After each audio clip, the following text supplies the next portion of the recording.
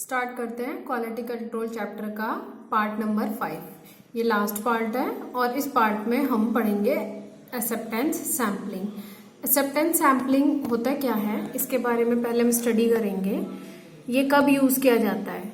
देखिए, जब हम कोई प्रोडक्शन करते हैं तो उस समय यदि हर प्रोडक्ट का 100% इंस्पेक्शन किया जाना हो और वो पॉसिबल ना हो, या फिर दूसरा केस क्या हो सकता है कि जब हम इंस्पेक्शन के लिए उसकी डिस्ट्रक्टिव टेस्टिंग का यूज करते हैं। डिस्ट्रक्टिव टेस्टिंग कौन कौन सी हो सकती है?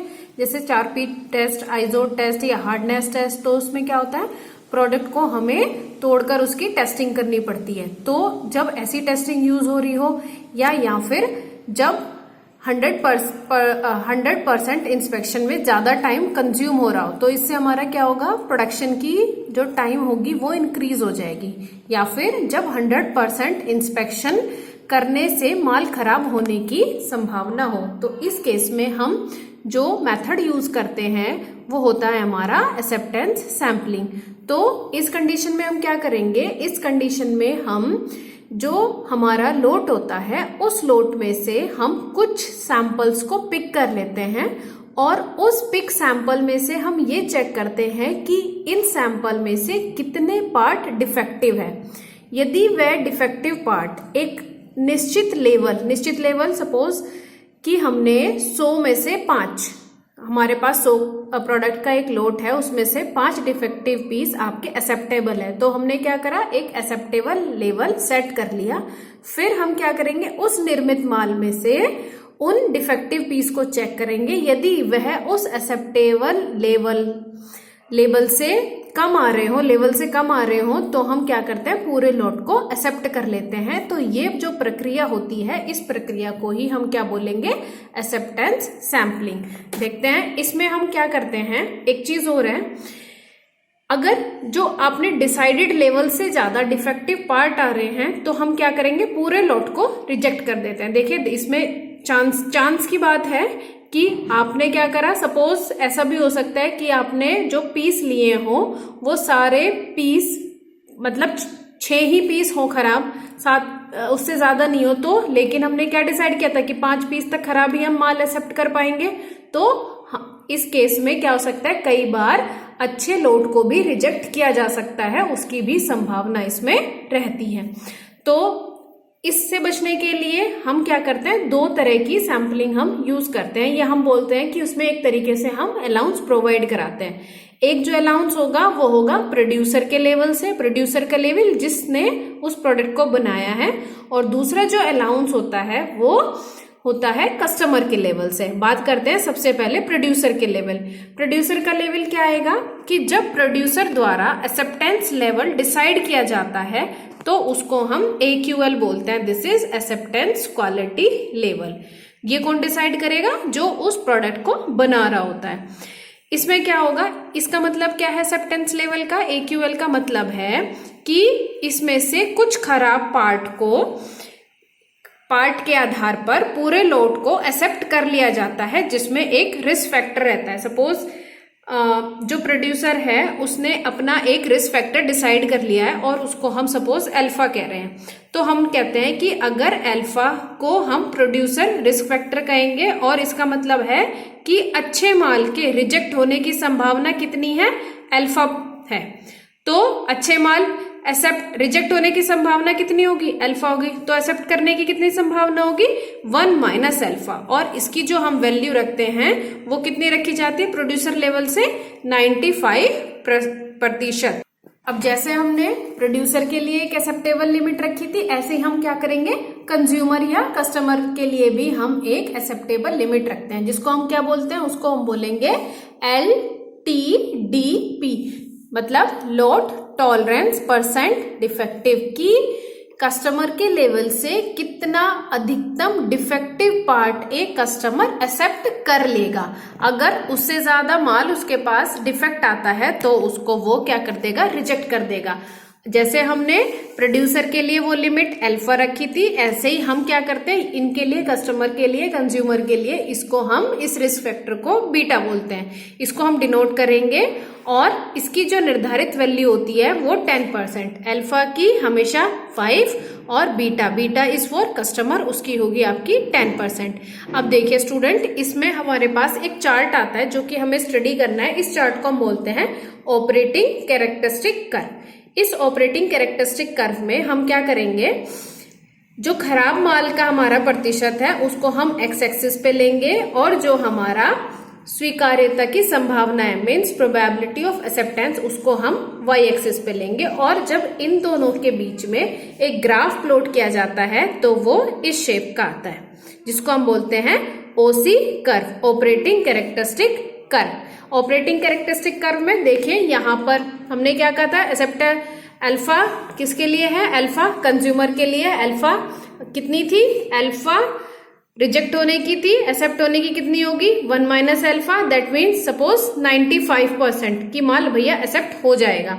तो रिजेक्ट होने की संभावना अल्फा की वैल्यू होगी आपकी 0.5%। इसका ग्राफ इधर से इधर जाएगा। और जो दूसरा कंज्यूमर के लिए है उसकी वैल्यू कितनी थी, बीटा, बीटा की हमने रखी थी 10%। ठीक, तो ये कितनी होगी आपकी, यहाँ पर देखिए बीटा इज इक्वल टू 1 और कंज्यूमर के खराब माल प्राप्त करने की संभावना 10%। इस पूरे ग्राफ को प्लॉट करने के लिए, समझने के लिए, ग्राफ तो हमें सीधे सीधे इस तरीके से ही ओसी कर्व अगर एग्जाम में आता है तो ऐसे प्लॉट करके आना है आपको। इसको समझने के लिए हम क्या ले लेते हैं, एक एग्जाम्पल लेते हैं। सपोज कहते हैं कि किसी प्रोड्यूसर ने ये शर्ट्स का प्रोडक्शन किया है, शर्ट्स बनाई है, ठीक, और माना कि उस लोट में हमने 100 शर्ट रखी है, 100 कमीज, ठीक। तो उसमें से सपोज कि 5% जो 5 शर्ट्स उसमें से डिफेक्टिव निकल गई। सारी शर्ट्स को उसने पैक करा, बॉक्स में पैक करके कहाँ भेज दिया, मार्केट में भेज दिया। मार्केट मीन्स मार्केट के बाद वो किसके पास आएंगी, कस्टमर के पास। यहां से उसने कितना डिफेक्टिव, मतलब टोटल उसमें 100 पीस थे और इंक्लूडिंग उसमें 5 डिफेक्टिव पीस भी है। लेकिन प्रोड्यूसर ने बोला क्या कि 5 डिफेक्टिव पीस ओके हैं, ठीक है, मूव कर दो। मूव होके कहाँ गए, मार्केट में आ गए। मार्केट में जब वो कस्टमर के पास आते हैं, अब वो कस्टमर के पास जब आ रहे हैं तो उसमें कस्टमर को चॉइस करना है कि वो कितना खराब माल एक्सेप्ट कर सकता है। मीन्स सपोज उसकी क्या है 10% एक्सेप्टेबिलिटी है कि वो 10% अगर खराब माल भी आ गया तब भी उसको एक्सेप्ट कर लेगा। तो यहां से हमें इससे उसको ध्यान रखना है या फिर याद रखने की कोशिश करेंगे। टोटल शर्ट्स हमारी थी 100, डिफेक्टिव आई उसमें सपोज 10 शर्ट डिफेक्टिव आ गई और 10 डिफेक्टिव शर्ट के बाद भी वो कंज्यूमर उस माल को एक्सेप्ट कर रहा है, नहीं दोबारा भेज रहा। अगर 10 से ज्यादा आ गई इनकेस तो फिर क्या होगा, वो उसको वापस उसको सेंड कर देगा। तो दोनों ही केसेस में क्या है, एक प्रोड्यूसर का रिस्क है और दूसरा कस्टमर का रिस्क है। जैसे इसका एक और एग्जांपल हम ले सकते हैं। जैसे आपने देखा होगा कुछ पर्टिकुलर टाइम के बाद ब्रांड जो होते हैं, ब्रांडेड कपड़ों की थोड़े टाइम बाद सेल लगती है। उस सेल में जो कंपनी बना रही होती है वो क्या करते हैं, सेल करती है डिफेक्टिव प्रोडक्ट की।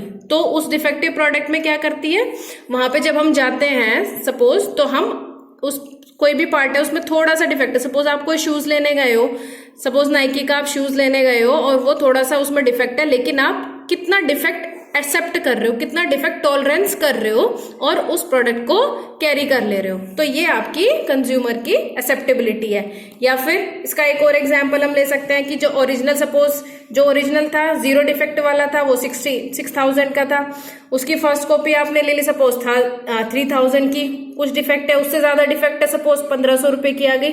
तो ये उसको समझने का तरीका है कि प्रोड्यूसर का कितना % डिफेक्ट अलाउबल है और कंज्यूमर कितने % डिफेक्ट को एक्सेप्ट कर लेता है।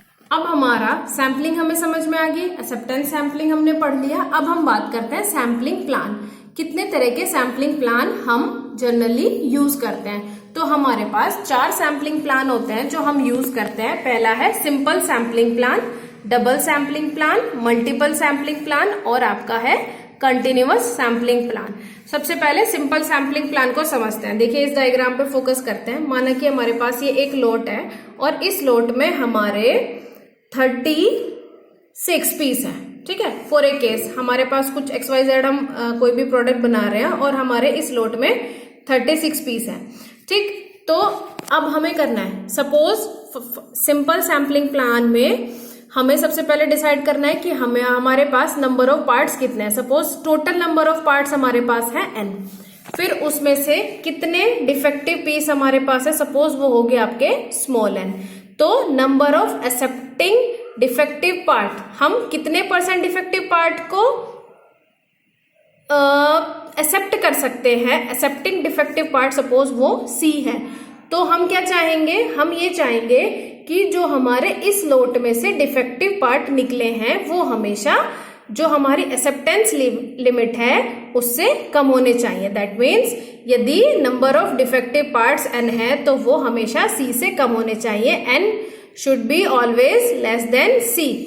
अगर हमारी कंडीशन ये है तो हम क्या करेंगे, लोट को एक्सेप्ट कर लेंगे, यदि उससे ज्यादा है तो लोट को रिजेक्ट कर दिया जाएगा। देखो इसी को एग्जांपल में समझ रहे हैं, हमारे पास टोटल नंबर ऑफ पार्ट हो गए सपोज एक लोट में 36, मान के चलते हैं कि डिफेक्टिव पार्ट आए हैं हमारे 7 इस पूरे लोट में, और हमारी एक्सेप्टेबल लिमिट है कितनी है 5, C फॉर केस हमने कर लिया कि 5 है, तो अब हमारे क्या है, C तो ग्रेटर हो गया, C स्मॉल हो गया n से, तो हम क्या करेंगे, इस लोट को रिजेक्ट कर देंगे।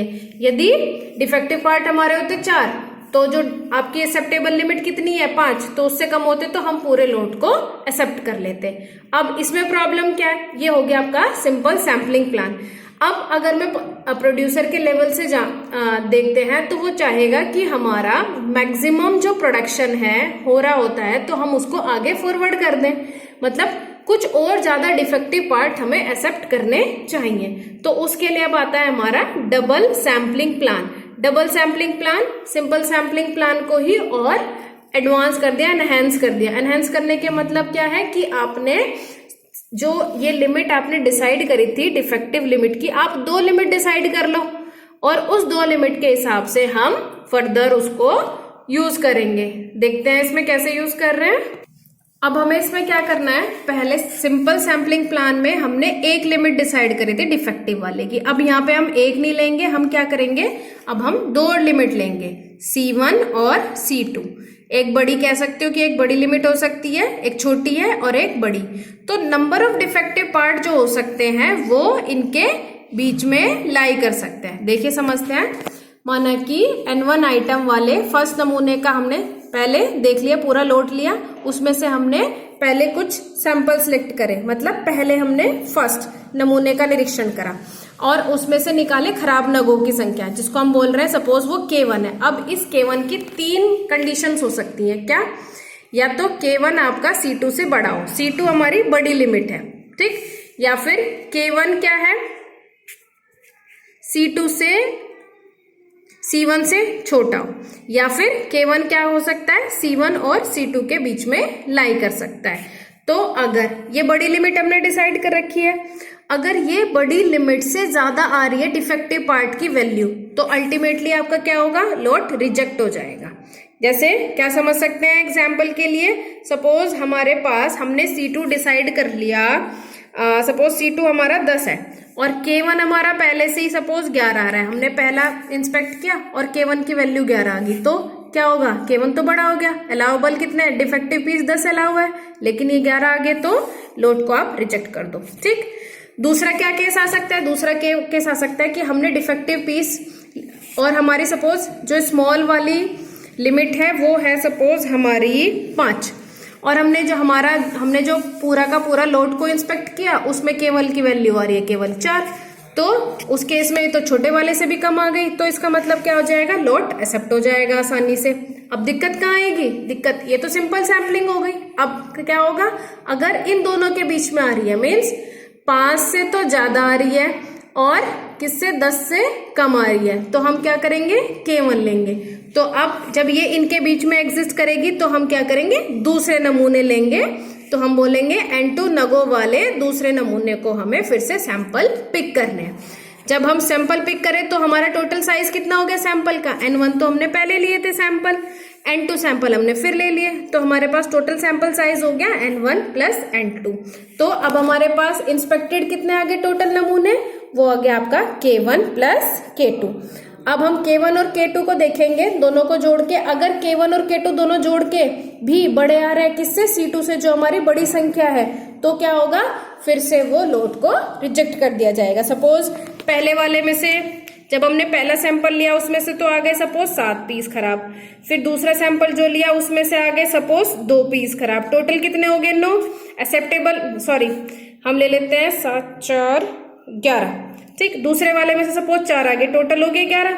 अगर 11 आ गए तो क्या हो गया? 11 तो हमेशा 10 से बड़े हैं, यहाँ पे हमने C2 डिसाइड किया था 10, तो वो क्या होगा? लोड रिजेक्ट हो जाएगा, ठीक। और अगर ऐसे ही क्या हो गया, पहले में से 7 आए, सपोज दूसरे में से इंस्पेक्ट करें 2 आ गए, टोटल हो गए 9, किससे है? C2 के इक्वल है या फिर उससे छोटे हैं, तो क्या कर लेंगे? लोड को एक्सेप्ट कर लेंगे। तो ये हमारी होती है डबल सैम्पलिंग प्लान। अब नेक्स्ट है हमारा मल्टी सैम्पलिंग प्लान। मीन्स जो आपने डबल में क्या करा था, आपने 2 सैंपल लेके उनको इंस्पेक्ट किया था, ऐसे ही हम इसमें मल्टी सैम्पलिंग प्लान करेंगे। मतलब एक एक्सेप्टेबल लिमिट तक हम नमूनों को पिक करते रहेंगे और फिर उनको चेक करते रहेंगे, और उस चेक करते रहने पर यदि वो डिसाइडेड की गई संख्या से ज्यादा आ रहे हैं तो लोड को हम रिजेक्ट कर देंगे, और यदि उससे कम आ रहे हैं तो हम उसको लोड को एक्सेप्ट कर लेंगे। बस हमें क्या करना है, जैसे हमने डबल सैम्पलिंग प्लान पढ़ा था उसी को ही और एनहेंस कर दिया है हमने। पहले फर्स्ट केस में सैंपल लिए, फिर दूसरे केस में सैंपल लिए, फिर तीसरे केस में सैंपल लिए, और फिर फाइनली हम क्या करते हैं, सपोज अगर रिक्वायरमेंट है तो फोर्थ केस में सैंपल ले लिए, और इसी के आधार पर ही हम डिसाइड करते रहते हैं कि हमें लोड को एक्सेप्ट करना है या रिजेक्ट करना है। फोर्थ वन है हमारा continuous sampling plan. Continuous sampling plan कहाँ पर यूज होगा? वहां पर यूज होगा जहां पर जो आपका प्रोडक्शन हो रहा होगा वो कंटिन्यूटी में हो रहा होगा। जैसे कि जहां पर यदि ऑटोमेटिक प्रोडक्शन हो रहा है और वहां पे लोड को कलेक्ट नहीं किया जा रहा, ऑल्दो उसको फ्लो कराया जा रहा है ऑटोमेटिक कन्वेयर्स के थ्रू, तो वहां पे लोड एक साथ आपके पास बल्क में सामान नहीं मिल रहा है, कंटिन्यूटी में सामान मिल रहा है, फ्लो में चल रहा है, तो उस केस में हम क्या करते हैं, कंटिन्यूअस सैंपल प्लान को यूज करते हैं। इसमें क्या करेंगे, सबसे पहले हम जितने भी हमारे पास आइटम्स प्रोड्यूस हो रहे होंगे उनको 100% इंस्पेक्शन करेंगे, और तब तक करेंगे कि जब तक उसमें से सपोज आई पीस एकदम सही नहीं मिलते। फिर उसके बाद अगर हमें आई पीस एकदम सही मिल रहे हैं तो हम क्या करेंगे, आई पीस सपोज सही मिलते रहे तो हम कुछ टाइम बाद उसमें से रैंडम मेथड, मतलब रैंडमली हम कोई भी पीस को उठा के इंस्पेक्ट करना शुरू कर देंगे। अगर उसमें से F% में से एक भी आइटम अगर हमें खराब मिला तो हम क्या करेंगे, फिर से 100% इंस्पेक्शन शुरू कर देंगे। फिर कब तक करेंगे, उस 100% इंस्पेक्शन को तब तक करते रहेंगे जब तक कि फिर से हमें आई पीसेस एकदम सही प्राप्त ना हो जाए, और इस प्रकार हम क्या करेंगे, इसी प्रोसेस को रिपीट करते रहेंगे। जो आई और एफ के जो वैल्यू होते हैं वो हम डॉग कर्व की हेल्प से उसको हम डिसाइडेड करते हैं। डॉग इसलिए बोला गया है, डॉज इसलिए बोला गया है क्योंकि इस मेथड का जो इन्वेंट किया था वो डॉज ने किया था, इस वजह से हम इसको कंटिन्यूअस सैम्पलिंग प्लान या डॉज सैम्पलिंग प्लान भी कहते हैं। इस चैप्टर का जो हमारा लास्ट टॉपिक है वो है आपका टोटल क्वालिटी मैनेजमेंट, जिसको हम TQM भी बोलते हैं, और इस पे अधिकतर शॉर्ट नोट्स आता है। देखिए TQM क्या है, ये पूरी की पूरी एक मैनेजमेंट प्रोसेस है, और इससे हम क्या करते हैं, हम इसमें ये बोलते हैं कि अगर इसका सार देखा जाए तो वो ये है कि क्वालिटी को मेंटेन करना केवल एक आदमी का काम नहीं है, केवल क्वालिटी कंट्रोल डिपार्टमेंट का ही काम नहीं है, इसमें सारे डिपार्टमेंट को कंबाइंड होके काम करना पड़ेगा। मीन्स पूरी की पूरी ऑर्गेनाइजेशन को पूरे प्रोडक्ट की क्वालिटी की जिम्मेदारी लेनी पड़ेगी, यही हमें टोटल क्वालिटी मैनेजमेंट कहता है। डेफिनेशन देख ले रहते हैं। Total quality management is defined as a continuous effort by the management as well as employ of the particular organisation to ensure long term customer loyalty and customer satisfaction. अगर पूरी की पूरी ऑर्गेनाइजेशन पूरा ध्यान रखेगी, प्रोडक्ट की quality पर focus करेगी, तो उससे जो कस्टमर की उस पर्टिकुलर प्रोडक्ट के प्रति सेटिस्फेक्शन भी रहेगा और कस्टमर उस प्रोडक्ट के लिए लॉयल भी रहेगा, वो किसी दूसरे प्रोडक्ट पर नहीं जाएगा। एक कहावत है मैनेजमेंट में, या फिर जो बिजनेस वाली एक कहावत है उसमें बोलते हैं कि अगर एक खुश कस्टमर है, मतलब हैप्पी और सेटिस्फाई कस्टमर है, तो वो 10 नए कस्टमर को लेके आएगा अपने साथ, और यदि एक भी कस्टमर डिसअपॉइंट होता है किसी पर्टिकुलर प्रोडक्ट की क्वालिटी से, तो वो उसकी बैड वर्ड को मीन्स वो डिफेम करेगा, a bad word of mouth and spoil several of your existing as well as potential customer। वो डिफेम करेगा आपके प्रोडक्ट को और जो आपके एग्जिस्टिंग कस्टमर है उनके मन में भी उस पर्टिकुलर प्रोडक्ट के प्रति भ्रम पैदा करेगा। तो हमें फोकस किस पे करना है? हमें फोकस कस्टमर पे करना है। कस्टमर कब फोकस कब अटेंशन मिलेगा कस्टमर को? जब वो प्रोडक्ट की क्वालिटी से सेटिस्फाई होगा, तभी वो लॉयल भी रहेगा। तो इस टोटल क्वालिटी मैनेजमेंट क्या कहता है? टोटल क्वालिटी मैनेजमेंट ये कहता है कि केवल एम्प्लॉय या केवल मैनेजमेंट ही उस पर्टिकुलर प्रोडक्ट की क्वालिटी पर काम नहीं करेगा, ऑल्दो पूरी ऑर्गेनाइजेशन को उस प्रोडक्ट की क्वालिटी पर वर्क करना पड़ेगा। तो अच्छा, अब बात करते हैं क्वालिटी को कैसे मेजर किया जाए। ये बोलते हैं कि जो क्वालिटी है, quality can be measured in terms of durability of the product, liability of the product, reliability of the product, use and so on। Means अगर किसी कस्टमर ने कोई प्रोडक्ट लिया है तो उसका यूज से वो खुश होना चाहिए, प्रोडक्ट के प्रति वो रिलायबल हो, ड्यूरेबल भी होना चाहिए उसका प्रोडक्ट, तभी वो उस प्रोडक्ट की क्वालिटी को एक अच्छा रिमार्क प्रोवाइड कराता है।